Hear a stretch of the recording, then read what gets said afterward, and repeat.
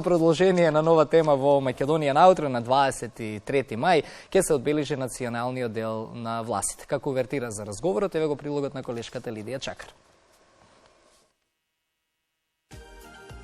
23 мај се одбележува како национален ден на власите. Еве дел од обичаите и традицијата на влашката заедница во Македонија. Без што не може да се замисли една влашка прослава. Па една влашка прослава не може да се замисли без хламура или влашко знаме.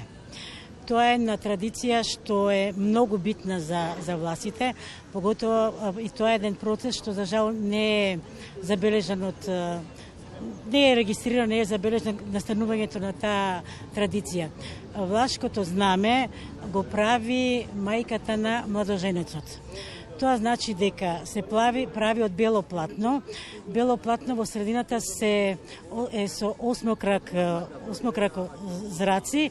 Внатре се е жолта боја, што го означува сонцето, символот на едноставно сонцето што дава живот.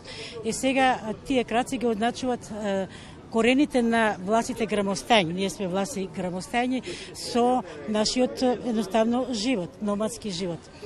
До жолтата боја се стават, пред жолтата боја се стават 12 звезди, тоа значува 12 апостоли. Најблиску до жолтата боја, до сонцето е плавата боја, која што најблиску е небото до сонцето, што кажува за водата, едноставно за животот. Меѓутоа, друга тоа се траки, што се стават на крајот на платното. Втората трака, чупраки на влашки, е зелената боја, пошто животот за власите представат планините, представат пасиштата, зашто тие не можат без своите овци, затоа се става зелената боја, која што е символ на нашиот живот. На третата, на крај се става последната трака, тоа е кафеава или темно кафеава боја, што ги означува непријателите на власите. Затоа што власите како номадски народ живееле горе на планините, а доле околу нив луѓето што живееле во селата нон-стоп ги напаѓале, ги плячкале и тоа значи како некоја заштита од тие луѓе. На ивицата на на знамето се црвени риси, тоа е крвта на Исус и тоа е крвта на власите што биле убиени од страна на арнаутите, дали тоа овчари, овие што биле карван, што иделе на карван, што оделе со карваните. Многу е битно стапотот кој ќе се прави ова знамето, на кој ќе се опсива знамето е од дрен. Тоа е горниот дел на стапот.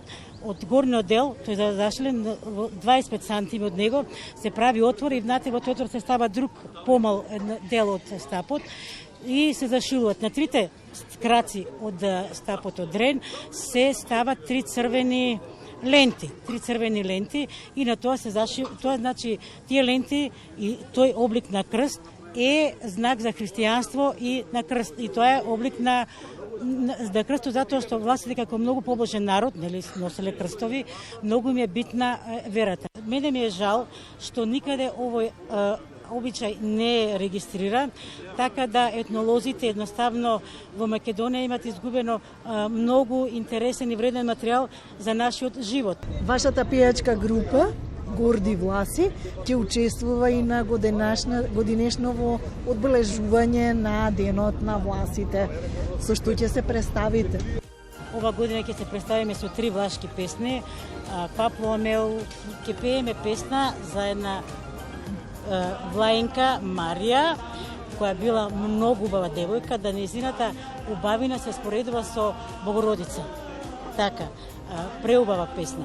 Потоа ќе пееме на песна од авторот Коста Мина, мојот дедо, кај што се збори за еден дедо, меѓутоа во таа песна е проткаена цела историја и он се кажува дека мојот дедо со денови зборуваше и кажуваше како беше и што беше и му леја солзи и вика дава една порака, дава една дека да не се заборави јазикот. дека ништо не правиме без нашиот јазик. Мислам, тоа се така едни песни полни со символи и со така. Покрај тоа имаме песни што се однесуваат на овчарите, затоа што ние кога живееле горе, дури не биле симнати доле, немало доктори, немало медицината се лечеле така со треви. Имаме многу овчари кои биле убиени, кои биле ограбени и така тоа за нив има такви песни се пееле. Имаме многу печалбарски песни, имаме многу елегични песни, патриотски песни во кои се кажува за копнежот, за од местото од кај што дошле. Исто така имаме ние и многу хумористични песни во кои што се исмева свекрвата, се исмева свекорот, се исмева некоја мрзлива сна што не сака да работи и така. Власите кај нас имаат право на граѓанско и политичко организирање, имаат емисии на влашки јазик на македонската радио и телевизија, имаат право на изборно изучување на предметот јазик и култура во училиштата, издаваат книги, списанија и организираат разни културни манифестации.